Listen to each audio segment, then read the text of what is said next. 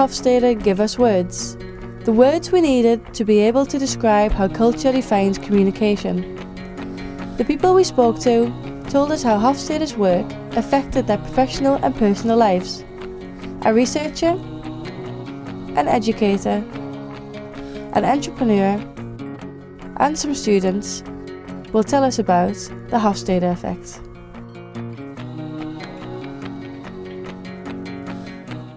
Yeah, everybody's using him. Even the people that criticize him a lot, everybody uses. Even people that are very, very negative about him, they use him a lot. So his contribution is great. I think when we learn about Hofstede at the first block, and then we understand our own culture first, and then we differentiate it with another culture like Dutch culture or Ukraine culture, and then we know more about each other, and then along with that we know more about ourselves. Like I know my country, my culture is very collectivistic, very high context. I know the word to call it, and then I feel that okay, I understand more about myself, about my culture, and where am I in my culture. So I think it's very important to learn more about it.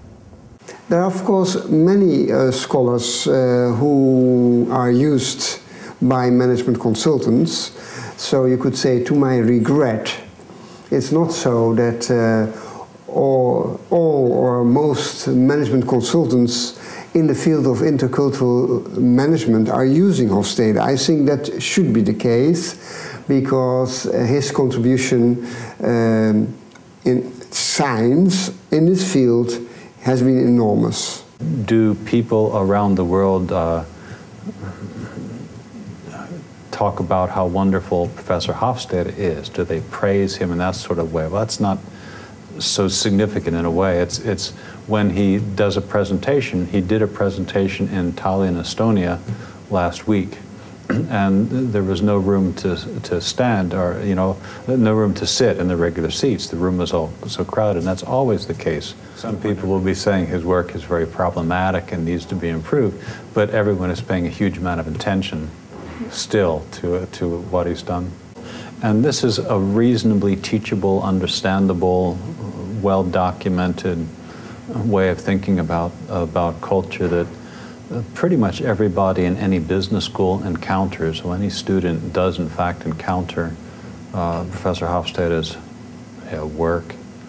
So, and I've often tried to encourage its use. When I like a writer, I like very much to read the negative critics on the writer. This is one of my favorite writers, and I like very much to read all the negative critics. And through the negative critics of Hofstede, I've learned that myself, I have a lot of prejudices, that I am not as original as I thought I was. And like everybody, I have learned that I am the product of a culture. I thought I was very original, I thought I was great. Hofstede told me, yes, you're great, but maybe not so great as you thought. You are much more a product. Many of the criticisms are of relatively small points. Many of the suggestions about improvements have proven very difficult to implement. That means what he did originally was very good, and improving on it has been difficult. So there has been, in a way, support, indirect sort of support for his work, and his work still continues to be used.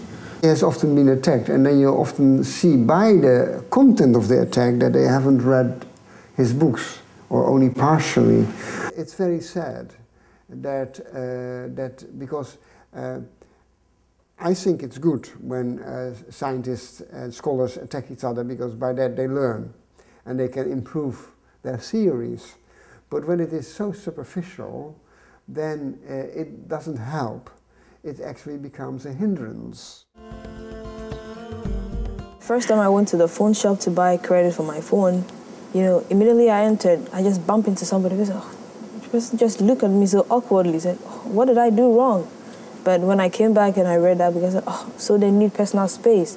I said, I give them like an arm length, but actually went too close and bumped into the person. The person was kind of mad. Yeah. That's my first incident, yeah.